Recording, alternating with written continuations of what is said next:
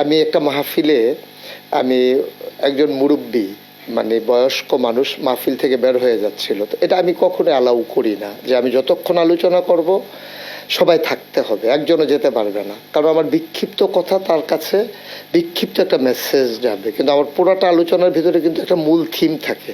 তো সে যদি অর্ধেক শুনে চলে যায় তাহলে তো সে আমার মূল থিমটা পেল না। তো ও যখন চলে যাচ্ছিল আমি তখন ডেকে বলছিলাম যে আমার মতো করে আমি যে মুরব্বী মানে যাওয়া যাবে না, এটাই ইশারায় বলছিলাম। তো এটাই ভাবে যে আপনার ছেলেরা এইভাবে নেবে এটাই বুঝি নাই। তো এটার ভিতরে ওরা একটা আনন্দ খুঁজে পেয়েছে, এবং সরকারের বদল হওয়ার কারণে এখন যে সমস্ত মানুষগুলো মুরব্বির কাতারে ছিল যারা যখন পালিয়ে যাচ্ছে সেখানে ওই কথাটা চলে যায়, এটা যায় প্রসঙ্গক্রমেই যায়। এবং আমি একটা কথা বলেছিলাম যে এক লোক বের হয়েছে দাড়ি টাড়ি কামাই একবারে সমান। এখন সালমান এফ রহমান যখন দাড়ি কামিয়ে ফেলেছে তখন আমার কথাটা ওর সাথে হুবহু মিলে গেছে। আমি কিন্তু সালমান এফ রহমানের দাড়ি কামানো দেখে ওয়াচ করিনি, ওয়াচ করেছিলাম আগে, আর প্রসঙ্গ তো মিলে গেছে এখন এসে।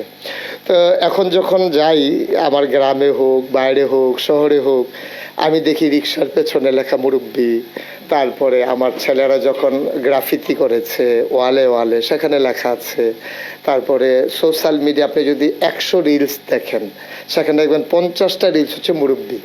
তারপরে আমি আজকে গতকালকে আমি গাড়িতে বসে বসে দেখছিলাম যে বিদেশি একটা লোক, তারে বোধহয় বাংলাদেশের কোনো একটা লোক শিখিয়ে দিয়েছে, সে আরবির সাথে মিশিয়ে বলতেছে মুরব্বী মুরব্বী, মানে ওটা বুঝতে পারছে এটা একটা আনন্দ ঘন বিষয়। 250-টিরও বেশি ডিজাইন অপশন নিয়ে ওয়ালটন স্মার্ট ফ্রিজ, বোঝে আপনার প্রয়োজন। তা এটা নিয়ে আসলে আমরা তো খুব দুঃখী মানুষ, বাংলাদেশের মানুষ, আমরা আনন্দের উপলক্ষ খুব কম পাই। মানুষগুলো যখন গুম হয়ে গেল, বাচ্চাগুলো ঈদের দিন সকালবেলা নতুন জামা কাপড় পরে অপেক্ষায় আছে বাবা আসলে আঙ্গুলে ধরে ধরে ঈদগাহে যাবে। আপনি বুঝবেন তার বেদনা, আপনি বুঝবেন তার না পাওয়ার কি চাওয়া। বাচ্চাটা কাপড় পরে মা সাজিয়ে দিয়েছেন, যাচ্ছে না, বাবা আসলে আঙ্গুলে ধরে ধরে ঈদগাহতে যাবে। স্ত্রী জানে না তার স্বামী আছে নাকি নাই, আর সে ছোট্ট সন্তান হয়তো মনে করেছে কোনো কারণে বাবা দূরে আছে, আসবে আঙ্গুলে ধরে ধরে ঈদগাহতে নিয়ে যাবে। আমরা দুঃখী মানুষ, ঈদগুলো আমাদের এভাবেই গেছে গত 15টা বছর।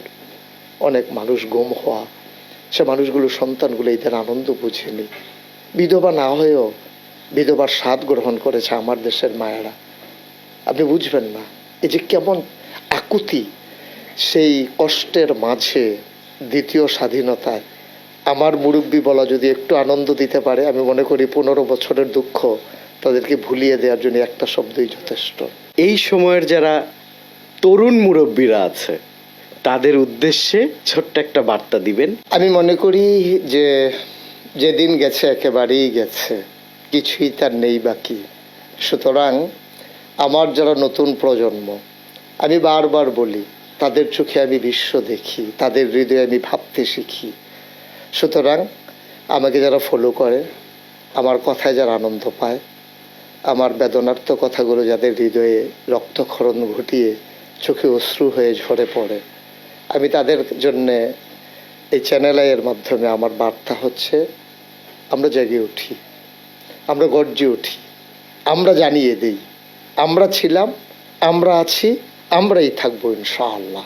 আর এই ভবিষ্যৎ বাংলাদেশ বিনির্মাণে আমার এই ছেলেগুলো, আমার এই ভবিষ্যৎ প্রজন্ম তারা এগিয়ে যাবে সম্মুখ পানে। এখানে কোনো সংকোচ নাই, কোনো এখানে হৃদয়ের উষ্ণ ভালোবাসা বিলিয়ে দিতে কোনো কৃপণতা নাই।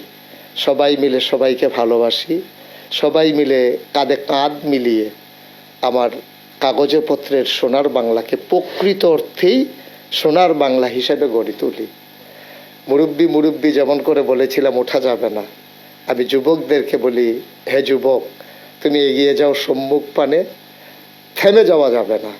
মুরব্বীকে যেমন বলেছিলাম উঠে যাওয়া যাবে না, আর যুবকদেরকে বলি আগানোর ক্ষেত্রে নো কম্প্রোমাইজ, থেমে যাওয়া যাবে না, আগাতে হবেই আমাদেরকে ইনশাআল্লাহ।